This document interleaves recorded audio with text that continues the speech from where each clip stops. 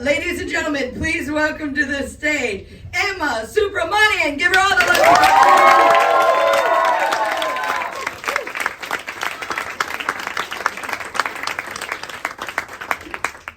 Hi everyone. I am really glad I was after Zitong because what I'm going to tell you about today is about having a song stuck in your head.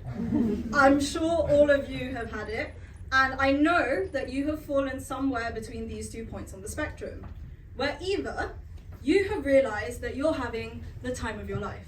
Spotify Premium in your brain, minus the cost in this economy, my dude, you're winning. You are winning. But on the other hand, brace yourself. Your brain is possessed by a jukebox from hell. Your waking and sleeping moments are haunted by song. It will never cease, the end is nigh. Yeah, just guess where I fall into. When I have a song stuck in my head, it's like I've got way too many tabs open. Half of them are frozen, no idea where the music is coming from.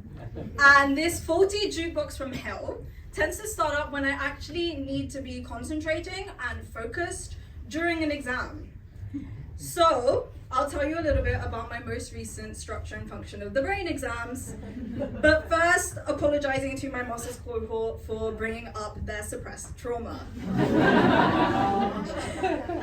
But honestly, this exam wasn't that bad. They'd ask you to name the correct brain region based on its anatomical description, right? Just where are things in relation to other things?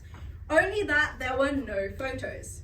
So what this required all of us, but me to do, is to conjure up, very meta, a image of the brain and then accurately navigate, spatially, mentally, to answer the question. Well, my dude. I cannot physically orientate myself in real life, let alone mentally, okay? I can walk into a very real, very tangible shop, walk out 2 seconds later, but have to stand there buffering for 3 to 5 working minutes. Why? Because Emma hasn't a Scooby. She has no idea, okay, where did she come from? Where did she go? Where did she go to? She don't know. So you can see why I'm struggling during this exam, right? I'm willing my internal GPS to just work, just tell me, like, at the next right is the angular gyrus. But instead, my internal GPS lost its will to live. And it's very much here, like, at the next cliff. Drive off. So, yes, this was already not working, this internal GPS I was trying desperately to rely on. But do you know what did? The faulty jukebox. Yeah, my trail of thought during this exam went to a little do-do-do, won't you take me to Pakistan?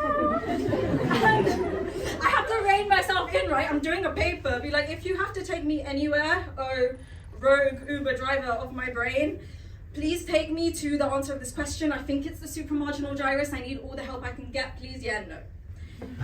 That didn't happen. And I had an hour for this exam. This hour made me realize that during exams, the music is never going to give me up. My concentration is letting me down. My grades are going to run around and desert me. So yeah, I'm struggling. It's a problem with a capital P, and as a scientist, whenever you have a problem, you will not go on Twitter and complain, but you will go forth and peruse the scientific literature, which essentially is academic speak for Googling the shit out of the problem and hoping that someone smart wrote something smart, which they did. But I'm realizing that I can't actually go on Twitter and complain because, as every good student does, they have an academic Twitter account, which I made before I even joined the institution. I followed all of the professors, lecturers, postdocs, and the more I keep talking, the more I realize I'm openly confessing to stalking my lecturers. Moving on, the whole concept of having a song stuck in our head is known as an earworm, which really, really bamboozled my parents. They went on crisis control. They heard earworm and they were here like, should I get the tweezers? Should I get a torch? Do I need to call the ambulance? Should I bust out the olive oil? No. Mother. Yeah, she really thought, well, both of my parents thought, that I had an actual worm wriggling inside my ear canal, drilling itself into my skull, lodging itself in my temporal lobe. And honestly, I wish she was right. Because then I'd actually have a proper reason to be shit at directions. Because, you know, faulty hippocampi, I always joke with my friends, that is the region lodged deep in your temporal lobe, super important for spatial memory. I have to laugh about it, otherwise I will cry.